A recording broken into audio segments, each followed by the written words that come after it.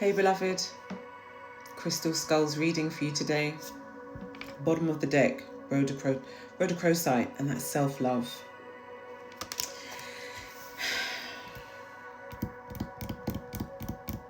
Now, you know that the person that you need to love first is you. You have to pour into your own cup. You have to pour into your own sacred vessel before you pour into anybody else's sacred cup, sacred vessel. You have to love yourself fearlessly, unconditionally, and show up for yourself every freaking day when you don't want to show up. Yeah. Self-love isn't a joke, beloved, especially when you have been hurt through traumas as a child, traumas as an adult. I had a client say to me the other day, I have some issues with self-love. What would you recommend that what crystals would you recommend that I buy? And I instantly directed them to rhodochrosite and rose quartz. And I said, rose quartz, rhodochrosite are the crystals, and any other green crystals. Maybe you could go for an emerald, a jade, any green or pink crystals that are good for healing your heart. But be mindful. Once you connect with your pink or green crystal or both, and you welcome in that healing energy and frequency confirmation into your heart chakras, your whole world is going to be turned upside down so that you can come back into divine alignment and you can foster the self-love from within that you need to advance forward in life.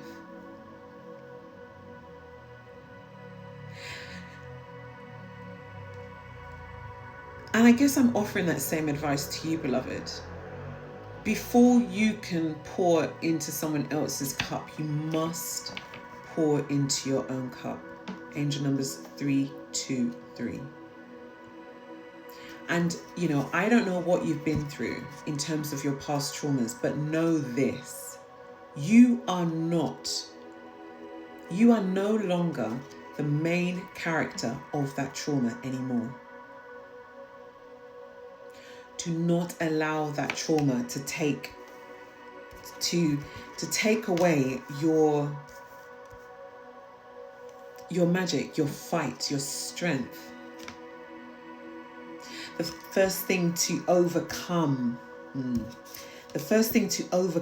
any heartache is to stand up for yourself, to show up for yourself every single day.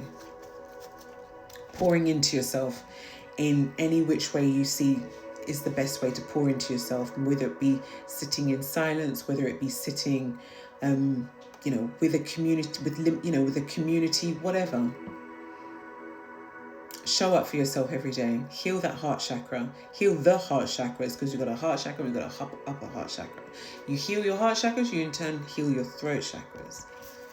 It's almost like you don't want to be vulnerable because, and I get it, because you don't have the self-love, you want to be vulnerable, but you don't know how to be vulnerable. It's almost like you are in fight or flight mode. You are in survival mode.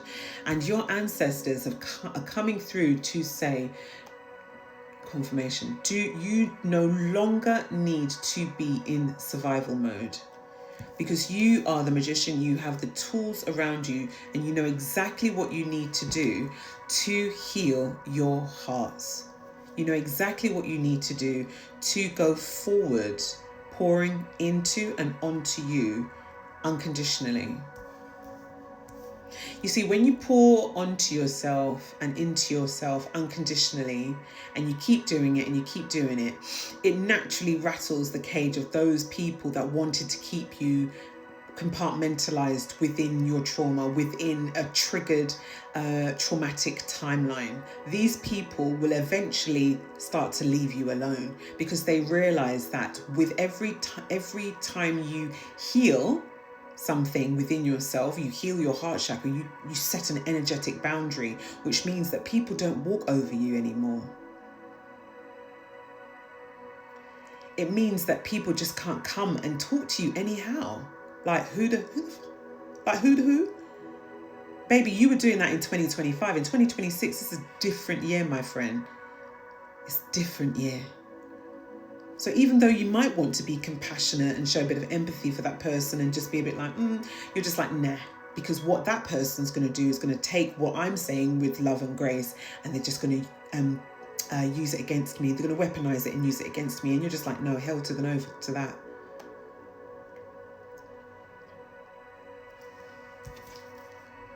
Every time you heal yourself and you pour love onto yourself, you get a little bit more stronger. Beloved, you are very strong. You have got the courage. Spirit is just encouraging you to keep going. Keep going, because you have got the courage to just keep fighting through this. And you see here, you've got that one golden moth and all the other dark moths. That is what you've left behind. A dark, heavy, oppressive energy, trauma. You are not the product. You are no longer the product of your environment. Life is all about nature, nurture. And, you can go and look it up, nature versus nurture. Some scholars say that there's no relevance. Others say that there is a relevance. I have my own opinion, but nature, nurture really plays a part in it.